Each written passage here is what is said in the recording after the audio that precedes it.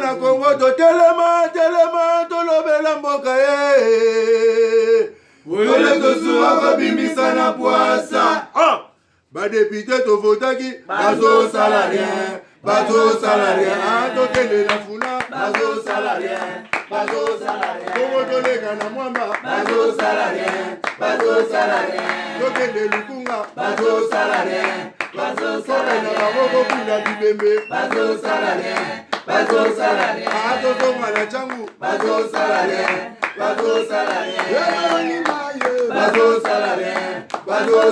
Ala kola ni molili bazo salarien. Kulune paye bazo salarien. Ala bolenga ni ba mama bazo salarien. Kola ni wape bazo salarien. Tozoloba makambo ya Congo, tozoloba makambo ya ba individualité, na lobaka chaque fois ba ministre na biso ya sika oyo baye na gouvernement ya SAM, précisément gouvernement ya Union Sacrée, et loko tozo senga na bino ba ministre union sans exception de tendance politique, les alertes bosala musala pour l'intérêt peuple, non intérêt na binoté. Bo banayi ko critiquer ba ninga ta mboza na 4 ministère te. Tant aux alliés dans le ministre, tu critiquais ton midi pourquoi bazo yiba, bazo détourner, bazo salaboui. Mais bino batuboye, bobano c'est déjà le même solo ya yiba ya détourner. Et c'est ça le mal avec les politiciens congolais. Les autres qui sont en opposition, tout le monde qui dernièrement au Kabila, azoki batu belo bazana na ngamba papa Tshisekedi, baye babandiko sans la Kabila kuti kolega na ba kabiliste bango moko. Yango neto lingite. L'entreprise à l'état n'est pas terminé du solo sikoyo eza ya kobeba donc nanu ba humilité ata 5 mois ba cité mais solo déjà a détourné mes bandi solo ya encourager ba miyibi ezali oh nzambe sunga président Félix Tshisekedi a détecté bato ya bengana bango na gouvernement rapidement c'est ça le souhait des Congolais les autres obeta moi li solo moité to beta ma solo moi moulaï pendant ce quelques minutes bo bolanda biso Nande Konabiso c'est un Zaïrois, mais à comment les Congolais Mikolo. La voix de Zaïre est décevoir les Congolais dans les Congolais. La voix de Zaïre a besoin de ya ba Congolais. La voix de Zaïre a besoin donc a vivre dans mbongo ya ba Congolais. Ata makambo bitumba ya est bozo beta masoloté.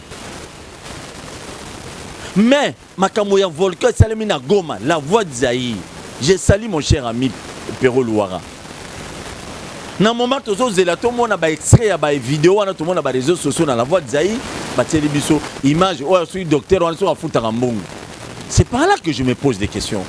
La voix de Zaïre, est-ce que vous travaillez pour la nation ou bien pour travailler pour la... Déjà, l'État congolais fait ça binombo. Vos partenaires va foutre à binombo. Mais ce que vous travaillez pour qui, la RTNC? Pour la nation ou bien pour les individus. C'est ce qui est regrettable. Vous voyez que émission na Sony. Ba konje la voix de Zaïre, bolongo la motema mabe. Bo sala musala aux intérêts national.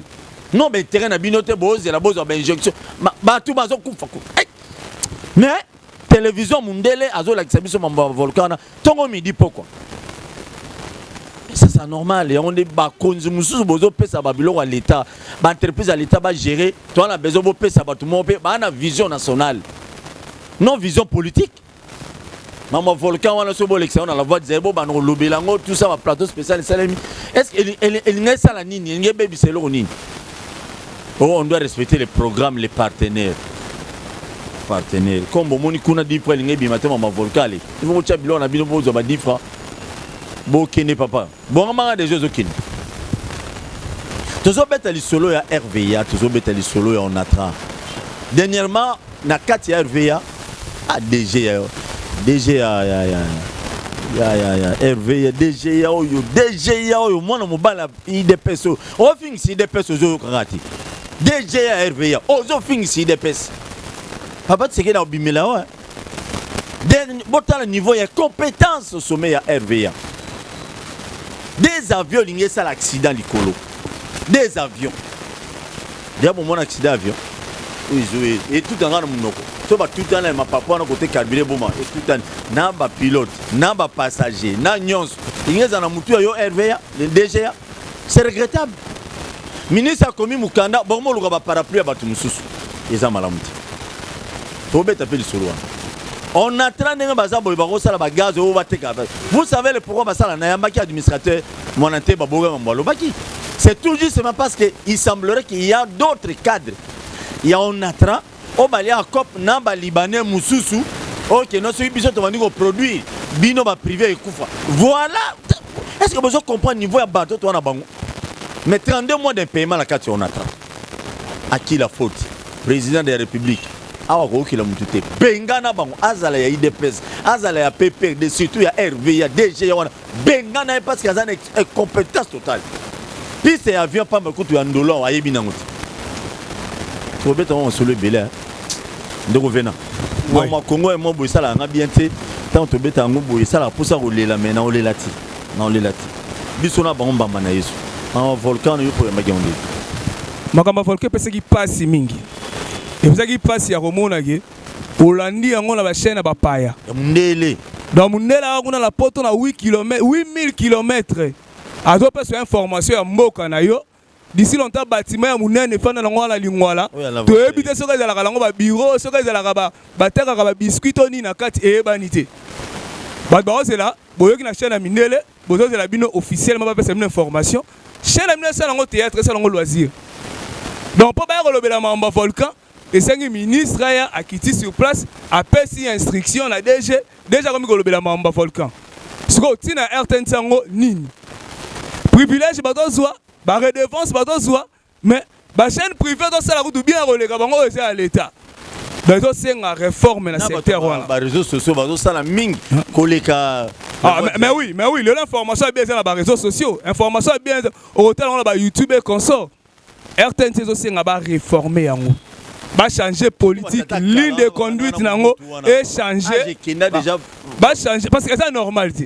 Comment information biso mo mambo de répondre ça toye ba na biso te et puis amoko yebe ko me kota na doute RTN ça le c'est que dans sûreté fona na chaîne musu pona dimension c'est solo na c'est qui ça oyebi moment ya Kabila bato andoloba babi na RTN c'est information fiable et crédible et la communiquer écologique mo ba boss la fait ba combo na photo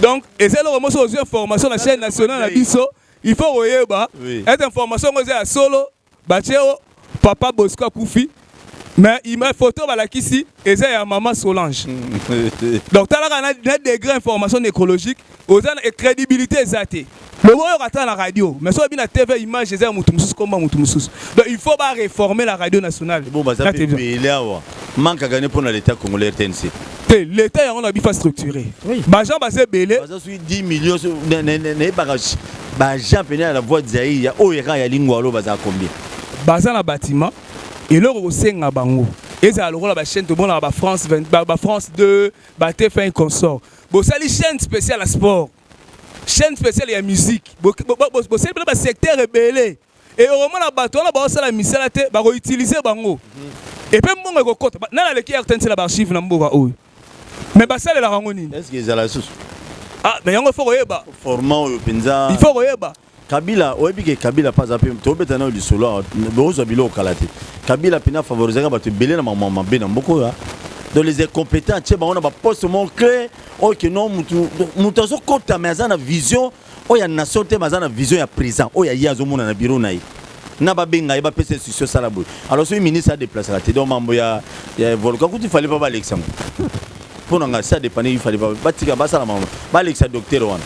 Est-ce que bazo tala ngona no po ba na information ba biki assurance et ça la France 24 bango moko image bazo la ki c'est volcan c'est la chaîne ni po ça la Congo bazo na ba province tout image bazo la ki c'est volcan c'est la chaîne ni et c'est la chaîne ba paya à 8000 km bango moko image nango bazo la ngote RTNC ma ouais ça c'est regretté et zo c'est nga réforme ba tia bato ba moni ke ba pro o ba ko bongisa eloko ya sika je pense les ministres ya secteur wana il faut me rakotala o pas ça mutu ya presse a me rakotala comment il faut réformer RTNC pour que ça la paix conquérante na ba chaîne sous ya sous région auto tanga ba komboté tala même atala ba na ba système ba câble ba chaîne au Liban to ebi Afrique par rapport à RTNC ça ne représente absolument rien oui bige ngapelo ngapena beta bango lelo na limisa bango te la voix de Zairobina mon ngo bizarre Sur Tali, même les techniciens sont bimisi na RTNC.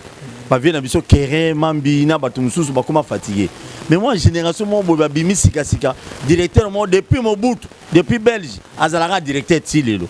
Azo mona kasinaye, azu ba kokonaye, azu boy. Ba tonisi ba yo ke belé na RTNC sans formation.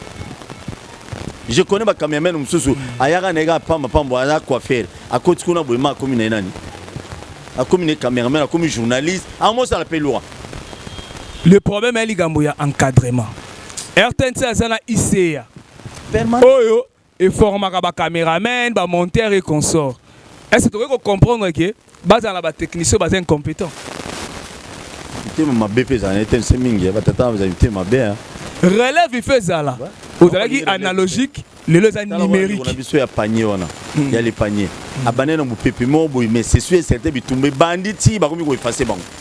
Pourquoi? Parce que les paniers la voix de na moment on ne peut pas ignorer. Na moment boy mais ça là ce que ba bunisa ba pour les paniers et disparaître. Putain ma bé ba tata était sur bino ba tato. Mais génération si capable faut pas comprendre que vieux c'est lango combat. Et là on céder na bilo wana te ba bato akala. Ata ba tie o tie libaya, yo po tie libaya. Ah oui. Elo mo yo banga te banga ti wapi. Très bien. Merci beaucoup la voix de Zaïre, beau changer, bo longa muté ma B pour héritage RTNC non. Sur tali ba tu belé ba ça na RTNC ba muté ma B. Bilo RTNC ba muté ma B. So ba commis place dans la chaîne nationale la Foati. Chaîne nationale. Zela mukolo bozo biloko lo ba ministre abenga peki. So pekisité beaucoup zo biloko. La voix de Zaïre beaucoup zo biloko. Bozo biloko. Bonjour, bah faut t'avoir un bon contribuable, mais bon ça me semble malongate. Bon je signal, il y a France 24 pour voler qui ça marche moins volcan. Ça va te être une chose. Eh, bon il y a bon il y a bon fait là. Bon quitter le bon va salaire. Pour ma déjà être ça na ra vice ministre. Bon, likambo entreprise oyo na ba mbongo la ba futa, c'est très dangereux. Et à biloko il faut qu'on avec beaucoup de sérieux. Oyo ka DG mo ka sora na $100,000. $500,000, mais Bajan nyonso ba na kati masse salariale na bango ezoko kata moitié ya ba gestionnaire te. Donc il faut vraiment que la entreprise à l'état on est à moi mobulu mingi. Merci na ba nyonso bolanda biso bo s'abonner à chaîne sur YouTube ba Kinwa Balobi TV ezali kamoko ya mutuya eza soutien boza ko apporter par Paul Tosua na équipe mobimba Tosua Paul lelo to ko betali sur la RV na bandi wana ndeko nanga vena. Ba accident linga salima entre ba avion mibali. Est-ce que c'est cause à la normale? C'était dit à quoi? N'a évité selon ma information on a cessé, c'était dit à quoi? Bon. D'abord au départ, NASA technicien aéronautique. C'est-à-dire c'est un milieu où on a maîtrisé en très bien. Le problème est ça là-bas. Na RVA. Ouais. Le problème à RVA, moi je pense, ils ont problème à gestion. Il faut que tout évolue à cap. Na ba réalité, oyo ba OAC, ezosenga, na ba organisation sous la télécommunication. Autre ba membre na bango. Ils ont ba équipement aide radio. Nenge benga maka. Oyo ezosenga ke. Eza na ba aéroport na biso. To na ba nzela na biso nyonso pour que permettre après que tous aura ba avion ya ba paya e ya kaibele. Le constat amer est que RVA, comme toutes les sociétés à Congo, basé la difficulté, il y a que changer le matériel. Je pense, bien que nous sommes sur place, pour voir ce qui se passe, le problème est le matériel. Et c'est posé à la RVA, le matériel est un matériel à Kala. Le matériel est un matériel à Kala. Et puis, nous avons privilégié les aéroports à Njili Ndambu, l'aéroport à Lubumbashi. Je pense que Goma dernièrement. L'aéroport de Tikali, et ça, l'aéroport à Nengo-Zaleli. Ndolo de Bossana. Ndolo, c'est très compliqué. Parce que Mandolo, on a tout zonga. Au-delà même, il y a Ndolo, où on ne sait pas ça, et son sip que personne ici, souvent, on a la parenthèse de Fongo, il y a Ndolo. Oh, l'obé, vous avez la tête, vous avez makila, tout pétanga. Je pense, dans le domaine, il y a RVA, pour gérer l'aéroport. Il faut moi sérieux Mogozala. Moi sérieux Mogozala. Donc il me très regardant les ala pour que to éviter n'engue zala ba nemogo les gars ba crash to comme zone Mogozala noir. Donc c'est un peu na ba autorité ou asika bacha moi sérieux na kati ya entreprise. Parce que sérieux égalité. Surtout pas DGA. T'es sérieux égalité. Là na to marché ba monter. DGA a géré bien. Moi je pense qu'il faut auditer la société. Il faut auditer les syndicalistes, il faut faciliter l'autorité. Ah mais les syndicalistes, la RVA, la DG, DGA, on a aussi l'intérim, non, il faut faire la part des choses. Moi je pense que le ministre même de fonction publique, il faut rappeler tout monsieur sur l'ordre. Les syndicats sont très important pour l'entreprise. Très important. Gestionnaire a eu qu'on empêcher les syndicalistes de faire la moussala. D'ailleurs, pour ton information, c'est les informations DGA et RVA à Kangela qui c'est là qui va bureau à syndicaliste, il semblerait. Bon, il y a un seul regrettable. Et ça regrettable, mais d'autre part, les syndicalistes, il faut la respectable. Hein? Voilà, il y a un seul dans le but de RVA, c'est bon. Mais d'une façon générale, il faut la respectable. Hein, bisope to ko bebi entreprise te to ko pas manquer autorité eza établie to zo landara pour que ba droit ya ba gens eza la respecter et puis ba outil ya musala eza la c'est ça le RVA ce ka aéroport le zate ba million commissaire les zate est-ce que tu na RVA zani tina longo zate po avion ko kitate et là mo eza la maintenant ba futa no ndeni très bien déjà c'est le mo penda moi sérieux mo ezala moi je pense même ba mission de contrôle ba inspection. Et c'est la malakata d'entreprise pour que revaloriser l'entreprise à l'état d'une façon générale, c'est très très important. Pour se quitter, il y a Maoué Rosala. Venant, si on a un accident, il y a un ondé. Il y a un ondé. Il y a un réseau social. Il y a un réseau social. Il paraît il paraît que communication est courant, et permet d'être équipé solo là. Il paraît que dans le bien conditionnel, pour nous donner les réseaux sociaux. Conditionnel toujours. Nous donner les réseaux sociaux. Mais c'est inacceptable. C'est regrettable. Est-ce que l'aéroport est un groupe électrogène, par exemple, ils ont la sensibilité. Ceux qui sont individus dans le groupe en force de la société minienne. Déjà, le sérieux contre l'entreprise à l'état de la sérieuxité. L'entreprise de l'État est la sérieuxité. Nous sommes le gouvernement ou les warriors. Pour les warriors, les guerriers. Guerriers dans le secteur, ils ont moins ordre. Et puis, comme ça, que le ministère de l'entreprise est sous-titel. Il faut dans la peine dans le stade des martyrs. Le ministre des Sports, tout le monde est à lundi, ordre contre la stade des martyrs. Le ministère, il y a transport, par exemple. Sérieux, on est entré dans RVA. Ok, le ministère, il faut un changement. Le gouvernement warrior et changer la situation des Congolais. Le gouvernement warrior et bon ici, façon à cause de la gens, aussi que ça. Ce que dans bon côté, et au là, déshabiller Saint-Pierre pour l'habiller Saint-Paul. Très bien, merci beaucoup. Dernièrement, je crois que si je ne me trompe pas, le 19 mai, ministre des Transports. Cheribia Okende, Akomela qui directeur général en intérim au RVA pour amener information par rapport à l'accident en Salim. Il y a un monsieur le directeur général de RVA qui n'a pas fait la inspection. Si qu'il a un PC, il y a un administrateur qui a raté, il y a un bureau, ça a fait inspection à l'aéroport de Bélé à Congo. Et ça et pas Kabou, il y a non, non. Kende Rosa l'inspecteur, personne de Moussala. L'accès de quoi tu es capable? Là qui s'abisso DGA RVA là qui ça de quoi tu es capable ce avion mi balo on est tout en akuna on est ngolo ba ke PC ane muta tindi ba avion na poza muta kabila tout en non tout ça réaliste bo sala musala na ndenge population tozozela parce que tozo mona pina mamboyo nento okendele venant ceux qui ba na transcope ba problème ezali esprit de vie ezalaka ah esprit de vie on sait le temps mo moulay tout monde a su cigaté hein. Et ça tout Transco, tout le monde va passer bon babis à Sika. Mais le constat aussi est que Tolani va maquiller la bata Transco, puis surtout à Kinshasa. Bah chaque va maquiller la va babis et bah foutre à bangote, bah mal payé et consort. Ce qui montre qu'il y a quelque chose qui ne va pas. Le mal c'est quoi pas une chose l'oroni, c'est que bah tu vas rouler rabalé qui na TV va lobby. après mon amour et les qui n'ont pas solution et c'est ce qui est regrettable. Et suivi, c'est pas là de suivi, il faut ça le marmakas. Voilà, mais suivi pas suivi, c'est là. Moi je pense, il faut d'abord qu'on ça la bêta des lieux. Qu'on ça la bêta des lieux, surtout par warrior Nabiso. Il faut qu'on ait soutenir le gouvernement. Et c'est Abisso. Il faut soutenir Bangote et on a la plein. Tous ça obligé. Moi je pense. Et dans la même bateau Faoul ou bateau Nyonso. Tout soutenir. Non, Congolais ne se fait soutenir le gouvernement. Parce que Simbité a pas sa Congolais. Voilà. Exemple, on appelle ça ministre de la fonction publique. Tout le monde a dit à côté de un bâtiment, à remettre côté là que non, oh marambosa boye et puis bah grève remettre au salama à stopper. Et je pense que tous les ministères, tout ça, les ministres ne sont pas qui dans le secteur na bango. Mais là on est un peu bizarre na ba kotambolo batamboli. Bango na se bato ba que constat est amer. Bango nyonso ba ministre nyonso batamboli tamboli.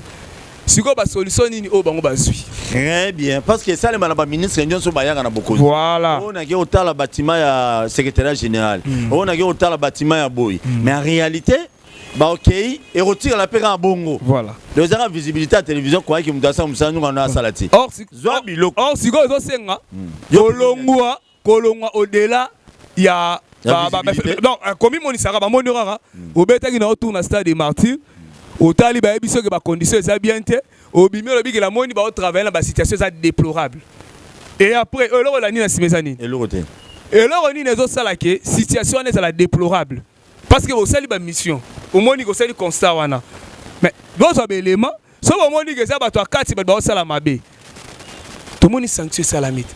Tout le monde ba service belé ah ba IGF ezali. Ba audit portefeuille ezali ba parquet pétrole ba hein ba service c'est belé. Si on a service à moi, nous sommes en train de faire des choses. Pour marquer la mission à Marseille Liberté. Marseille Liberté, gangami. Soukalango Soukazanan. Détournement, Biloro Baby Bakanginain. Et puis, il semblerait moi, ça, c'est la tentative AVC Zapembenaï. Elle est quelque part. Non, on a aussi opération quelque part. C'est une personne humaine. Nzamba Sungae Abika.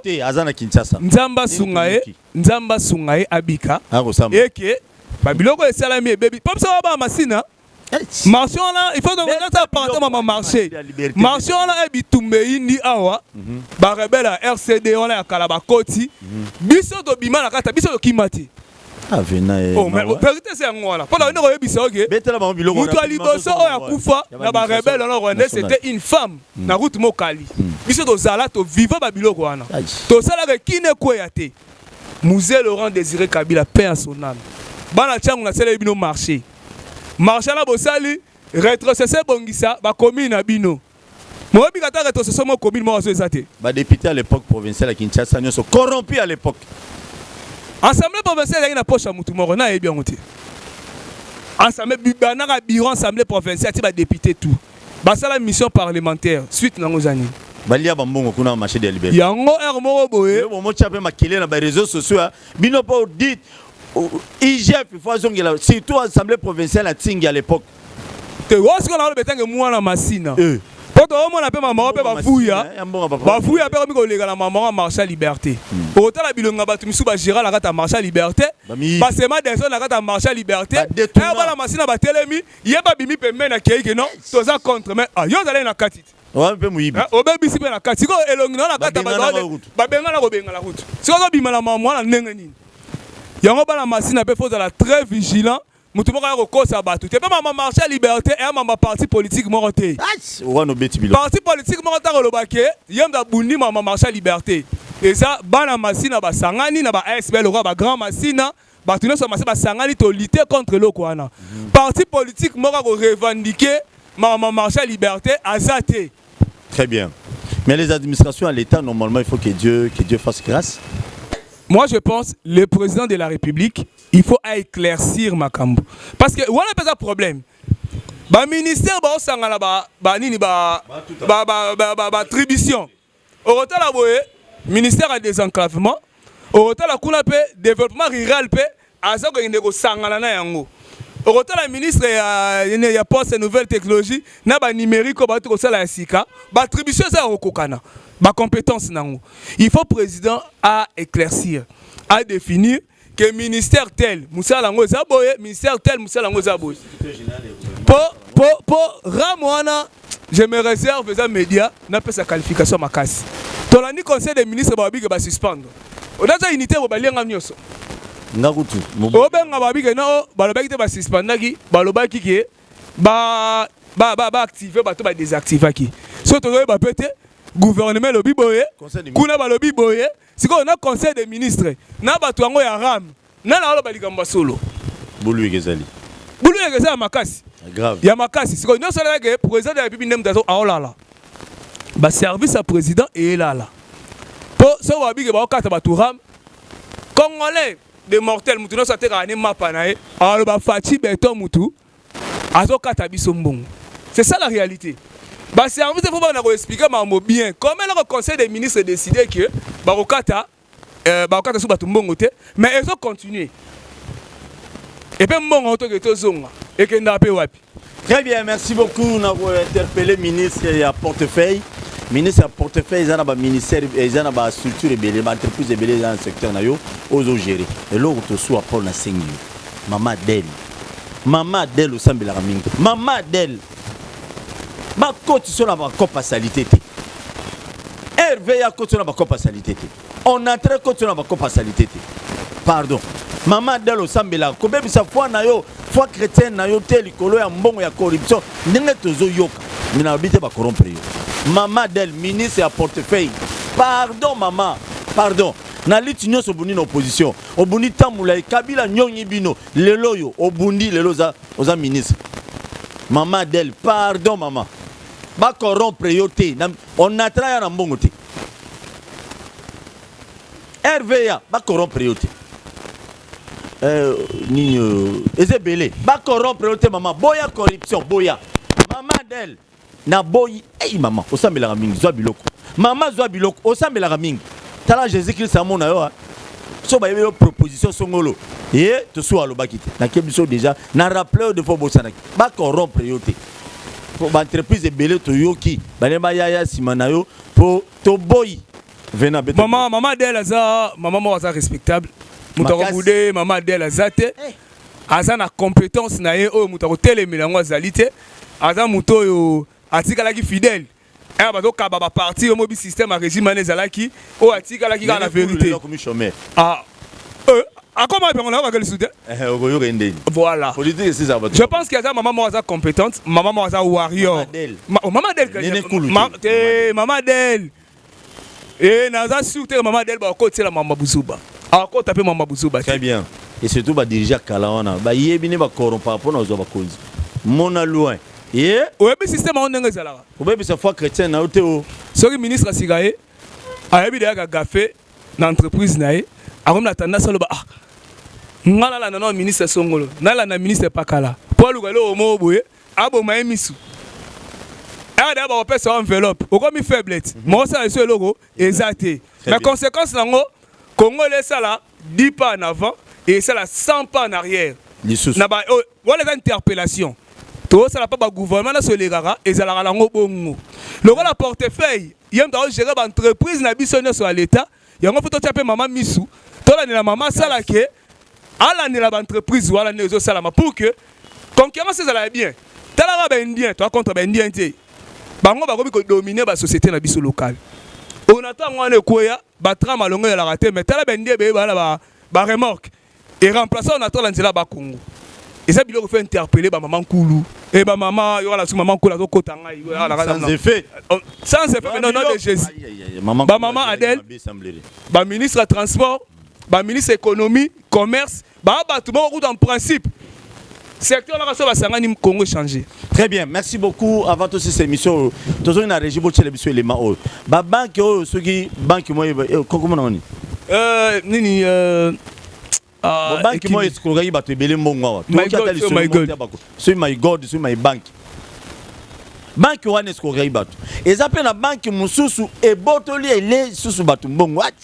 Bola na jeune garçon aza victime. Bola ndaye a victime. Balobi baza prêt pour baya ko dénoncer ma na télévision. Baza prêt. A moninga la musique abi tellement papa pardon. Zwa biloko. Moi no balo biloko abeti. Tala ba banque mi yibi. Zwa biloko yango. Boche la biso. par rapport à Nzela Totambolaki, tout le monde a dit que My God est Yaki, tout le monde a dit que Douane est Koti Namboka, Basengaki to Chambongo, to banda kozwa ba $2 par jour na mbongo yo kocha. Biso chaki mbongo na My God akimi na mbongo. Na yo kocha liso mbongo na Code One na moment eza na kati ya Kishasa. Code One. Na moment eza na kati ya Kishasa ezo registré. En plus tokie to se renseigner pour to zwa mbongo na biso. Bazo ebisa biso babi bozwa kaka ba client. C'est là na to banda lisolo bien. Code One okotsaki mbongo depuis quand ba condition nango zalaki ndeni ni likanisi zalaki ndeni. Code One na kotsa mbongo depuis 9 mois l'année passée. Yango to koti mbongo depuis l'année passée ba ebisaki biso boy. Soko tie $100 na kati ya $100 wana mbongo na yo ezobakisama $2 par jour. À part samedi na dimanche biso okotsaki mbongo. Okotsa to koti mbongo ko bana 9 mois ti lelo to tikala kozwa na mbongo te.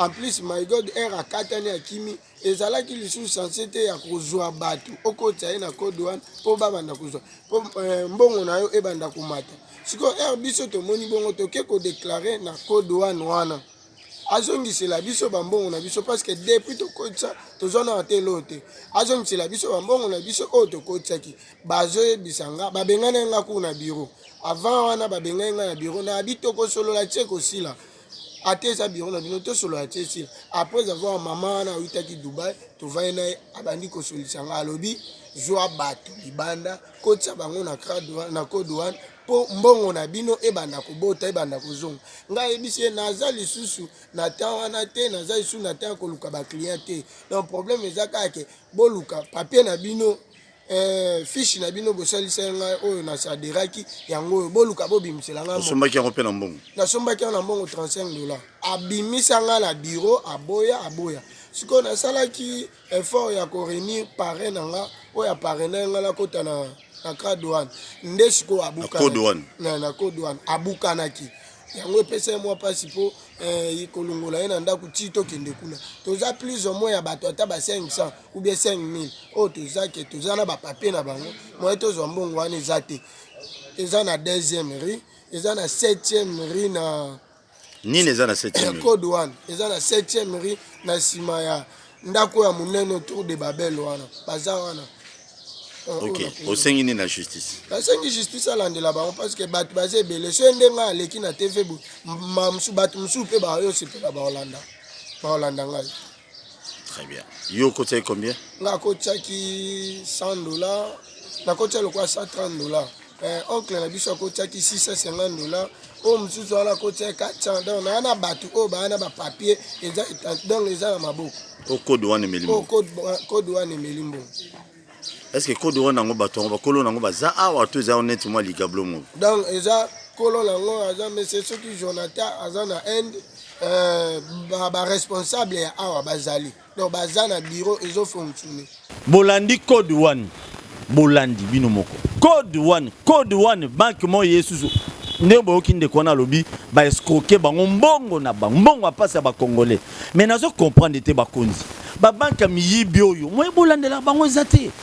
Baso skoke ba développer comment on appelle ba agence belé le coût agence de voyage et ça que skoke ba congolais pona kende poto pesa 10 000 ba skoke ba konzi bolo ba elokote ba nani ba pesa ba tunyo sona mikanda po ba exercer wa sala misala na bango ba banka miyibi oyo su Code One bo kinde kwa ninga lobi na bengo miyibi parce que ndeko lobi ba bengana ti na biro parce que no réclamer mbone Code One ba bezana 7e rue et ça limité za bisikebeli bino ba konzi bozolo banini ba konzi bozolo banini Code One à part ceux qui my good et meri batumbong Code One et melali sous eze belé ba biloko yo les autorités apparemment bokaina bino matoyi bino batu ba pesa vraiment autorisation pour ba s'installer tout ça na ba commune bolandela ngote pourquoi Vena beta bilo. Moi je pense que il faut pas restaurer autorité de l'État. L'État n'a biso mona lokola ezalakate.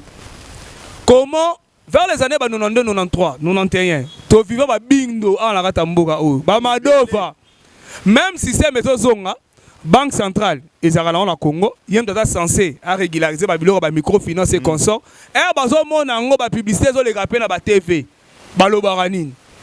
Moi je pense le ministre de la Finance Yassika ameka un peu kocha moi sérieux na secteur wana pour escroquerie zo les gars ndenge moko impossible ou alors to lobake l'état est moi complice na maman moi zo salama pe bakanga na ba pe mututé my god ya lembonga batu ba kimi to ebite za nani bakanga pe mututé mais il faut yeba que émission na yo na bobenga prophète to bobenga prophète to le ka awa année passée na lobelaki awa mamba stade des martyrs na to batu nyonso en témoin a batu ba ola na biso na lobaka ndenge to ke to kosuka boye lelo to suki wapi il y a eu mort d'homme rappelez-moi mon le comité de gestion la bague et comité de gestion moko zalaki incompétent il faut pas revoir désignation d'animateur ya ba stade na lobango l'émission oyo et pas na lobaki ke suka lango to okende stade kozala ya kobeba bakutaka ngo ndenga mususu ekobeba po bayiba babilo mususu babafle na babilo belé la série continue lango belé mais suka lango ngo to meke stade des ordres de salam de salamite et puis là on va faire des annonces est-ce que le lobo quitte yo quitter la terrain o la biso ministre sortait l'ONU à sa réhabilitation stade ministre sport mais quand na lobe on émission hot na ba ba kosala bango eloko moroté mutu a partir Bologna na ba ba kosala eloko moroté parce que ce rebongisa stade ba ngaba bana la vestiaire té pour vestiaire na biso eloko ya na problème ya likamba climatisation split yo mo ebe kuta ba $300 ba $400 mais si quoi eloko nino ba bongisa la stade na yo pasteur ça eloko te na stade de Marty ba pasteur yo mabe ça na mbora na biso so bazo loba ba yo ka ba tuti so ba lobby ba préfère ko intimider batu batindelo batu okangisa yo ba ko intimider na téléphone IGF ne okanga yo siko lelo to loba pombo fu mbulu yekezali yo ministère na sport IGF kende kuna est-ce que moni teke publicité mo yaki likolo et katani ba publicité mususu na lobela ngo na émission na haute et ça de Marty mais qui en parle Nzambe IGF passer wazana na kimité lokola Willy Bakonga IGF kende passer wana za ministre sport papa beta bilo wasu donc ça bilo moko ke mboka o batu fo ba yeba et ba pèse fonction à l'état tu es redevable na population congolaise et ça ndaku na yo te et boutique na yo te ba pèse fonction au gérer sika so que salami bien te et ça mbonga contribuable congolais to Rolanda yo très bien tina li fobo to Rolanda na tina suka tabato yango le na militaire to loba na ba na ko le ambassadeur des martyrs et dans les lots moko pe réveiller entreprise mususu lelo to comme la niveau nini muta kufi to nto e baba to la ba musulman policier na kufi a kufi na circonstance nini bon ça biso teke o ba musulman e ba kami balé qui a facilité que ba pesa autorisation na deux groupes la kata stade beta bilok to beta on peut karaté ça ba biga za la ibongo te et bon ministre suspendre AG pour l'année ministre sport suspendre AG pour l'année donc ça n'a rien à voir avec le gouverneur. Maintenant le fautif c'est lui l'AG Yves Kambala papa la ngai yo a pas autorisation gouverneur a pas autorisation au groupe moko yo siko ko ta groupe mususu la neni beta bilok na mukuse ba benga ngo ka incompétence notoire aïe donc Jatini Ngobila na problème il n'a rien à voir na makambo wana mutu azana problème siko ezende nani comme nani Yves Kambala na mutu fo ba benga basi basambisi ye batunake ekomeki ndenge nini gouverneur apesaki autorisation na mutu oyo bawana bayi kokota ndenge bakoma mpe koinstalle podium na bango parce que yo ogere bapesi yo mpe outil to la police epai na maboko na osala na bango siko bato wana baaccedaki ndeni na butu stade ya sécurise mpo bakota na kati yango namoni ke te bata micro baa bata mayele mais siko namoni ke ye yalika ma formation d'encadrement peut-être ayine mal encadré Yves Kambala il mal encadré parti politique na bondenge na ngote non parti politique na ndenge na bango pa na ministre na bango tina suka bana se wasali donc fou donc boulou yega na boulou yega et bilok pas lo bani sport des heures de côte dans la mais pas tout ya ko ba bien j'ai sali Junior Lemba bon na règle générale d'exception ça raté donc exception le temps ngom de salige et confirmer le rôle lobby wana merci na ba union so bolandi biso. Vous abonnez massivement à la chaîne sur YouTube. Les Congo appartient aux Congolais. Congo za ba Rwandais te ba sel biso luate. Biso mo photo tombo la mingongo boito dénoncer mam to dénoncer. Maman Del Kainda na azongela yo mama.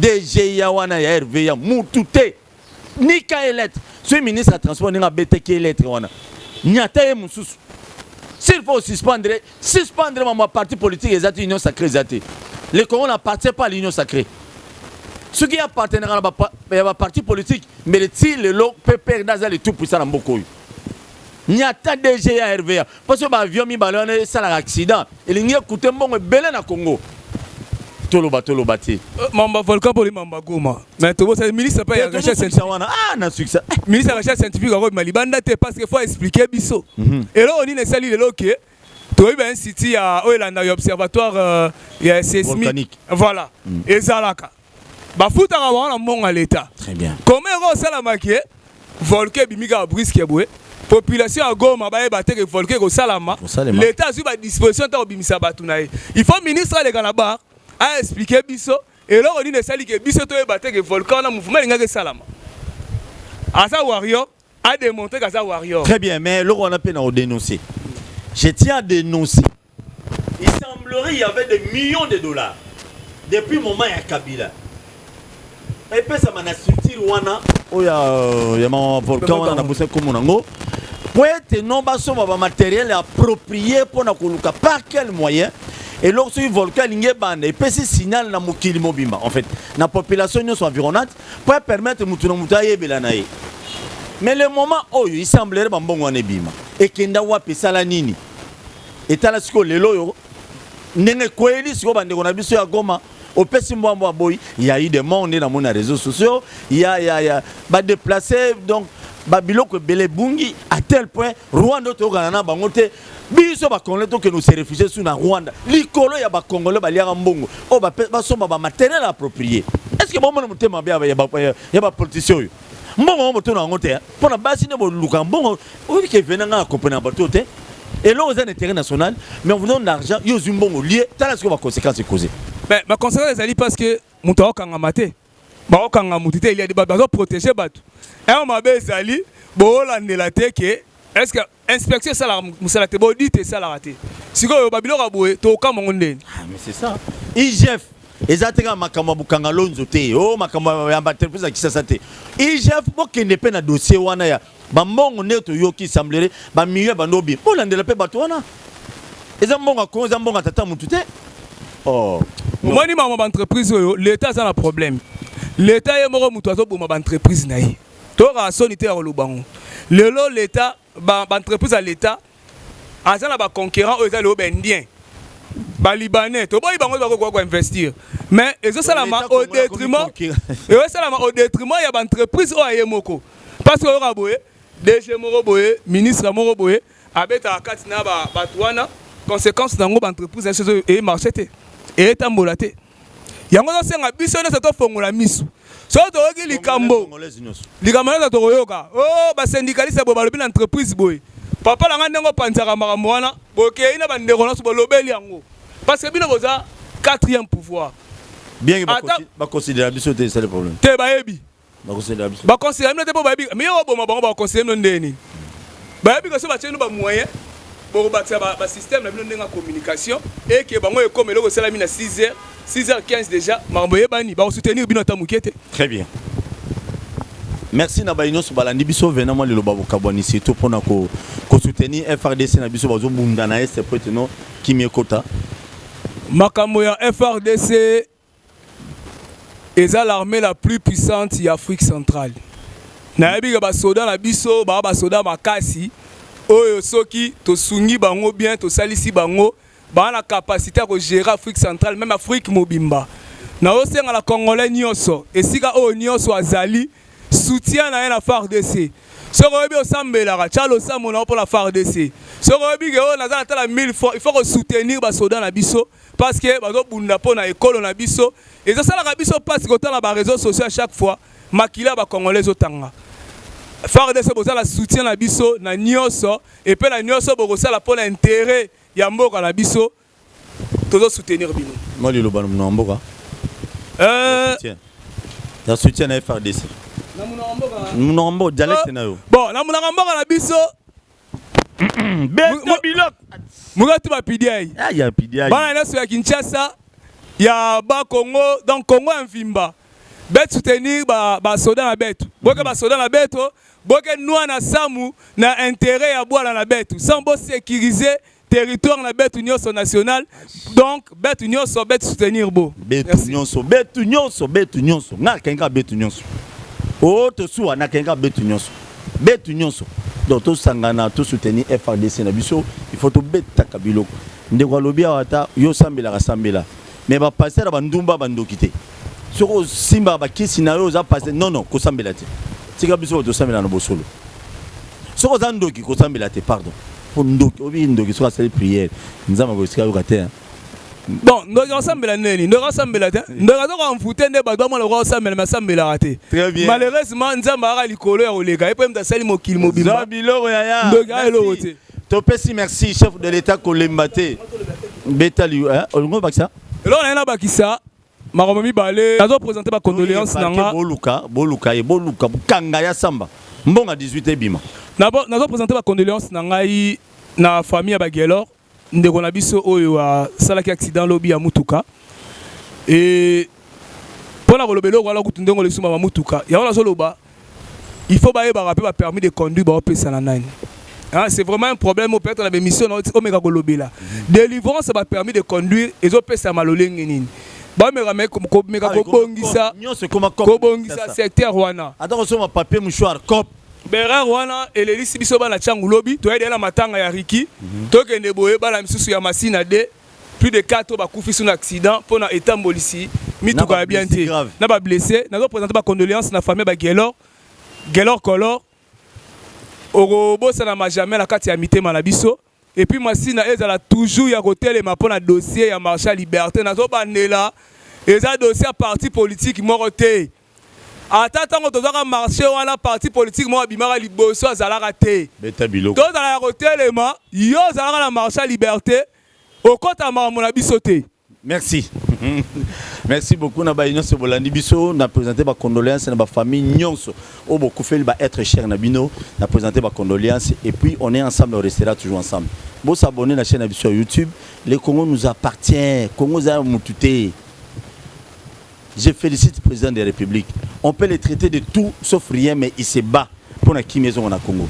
Président Félix continuer bon. Si Joseph Kabila a compte en idéologie à soutenir Koluga Kimeza na Congo, vraiment c'est une bonne chose. Te contente prochainement. Merci beaucoup na Vena. Merci. Merci beaucoup prochainement. Na Congo to telema to lobela mboka ye. Wole to suwa ko bimisa na poasa. Ba député to votaki bazo salarien. Bazo salarien to kele la funa bazo salarien. Bazo salarien. Congo to lega na mwamba bazo salarien. Bazo salarien. To kele lukunga bazo salarien. Bazo salarien. Na boko kuna bibembe.